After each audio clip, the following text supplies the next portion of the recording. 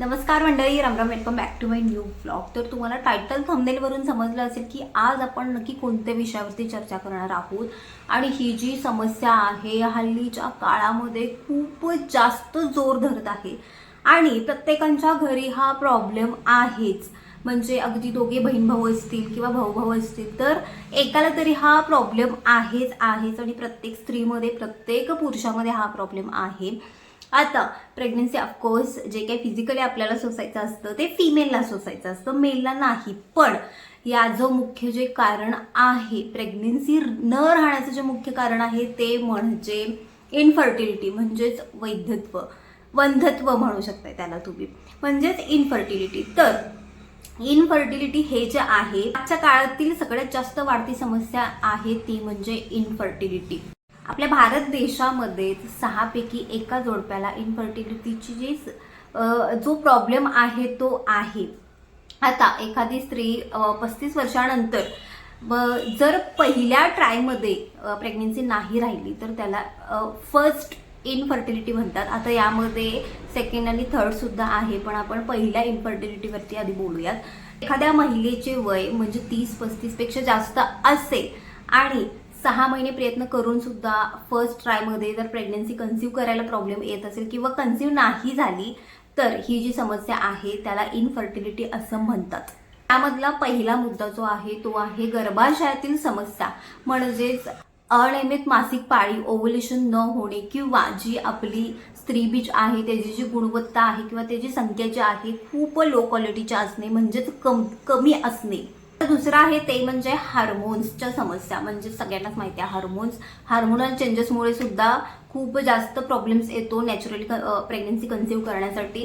दुसरी महत्त्वाची गोष्ट आहे ती म्हणजे थायरॉइड. आणि थायरॉइडमध्ये ज्या मेडिसिन्स दिल्या जातात त्यामध्ये अचानक आपलं वजन कमी होऊ शकतं, अचानक आपलं वजन जे आहे ते वाढू शकतं आणि वेगवेगळे आजार असतील किंवा त्याच्यावरती आपण उपचार घेत असो आणि त्याची जे काही औषधं आपल्याला सुरू असतील तर त्याचा पूर्ण डायरेक्ट जो परिणाम आहे आपल्या किडनीवरती आणि गर्भाशयावरती होतो आणि त्यामुळे सुद्धा नॅचरली प्रेग्नन्सी कन्सिव्ह करण्यासाठी खूप जास्त प्रॉब्लेम येतो. इनफर्टिलिटी ही फक्त महिलेपुरती मर्यादित नाही आहे. ऑफकोर्स पुरुषामध्ये सुद्धा इनफर्टिलिटी ही जी समस्या आहे ती वाढत चाललेली आहे आणि मे बी गेल्या 20 वर्षापासून 75% पुरुषामध्ये इनफर्टिलिटीचं जे प्रमाण आहे ते वाढलेलं आहे. म्हणजे तुम्ही विचार करू शकताय.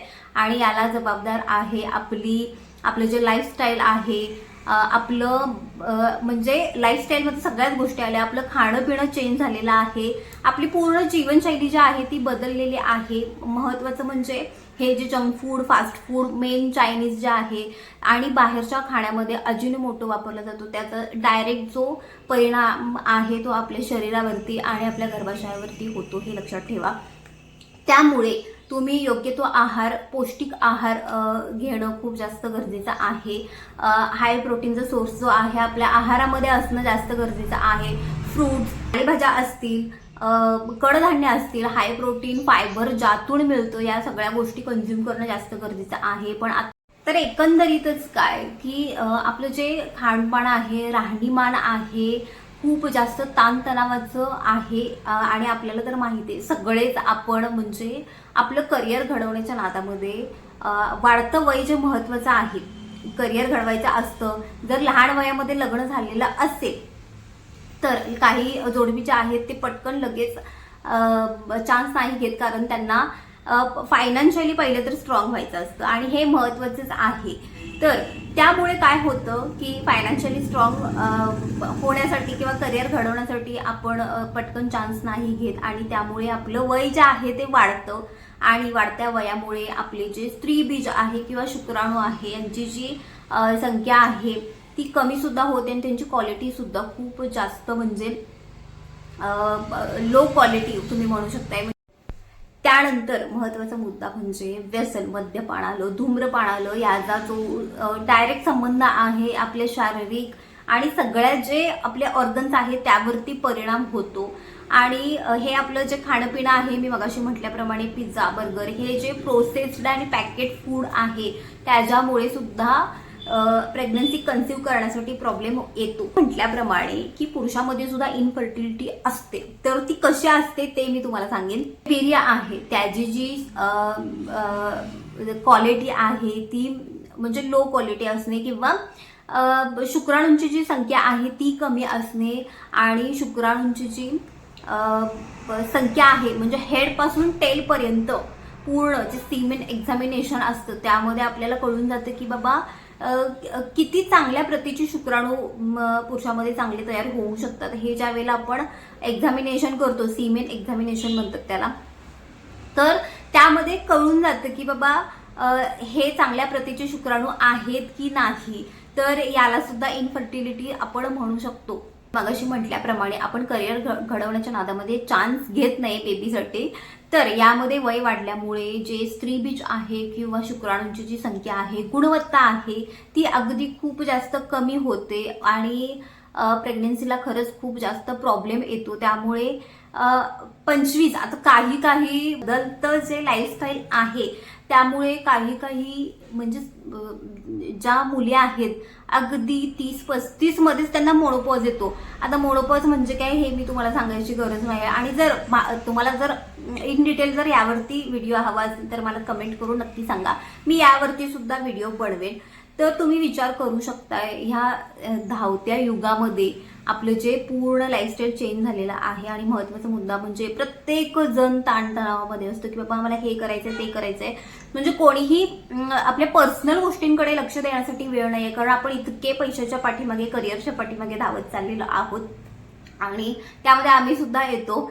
आता यामध्ये महत्त्वाचा मुद्दा येतो तो म्हणजे योगासन असेल किंवा व्यायाम, जिम याकडे दुर्लक्ष करणे, शरीराची अजिबात हालचाल न करणे, चालणे फिरणे अजिबात नाही, फक्त खाणे आणि एका जागेला बसणे, हे सुद्धा खूप जास्त चुकीचं आहे. तुम्हाला बाहेर जाता येत नसेल तर तुम्ही घरच्या घरी सुद्धा 1 ते 1.5 तास तुमचं चालणं झालं पाहिजे.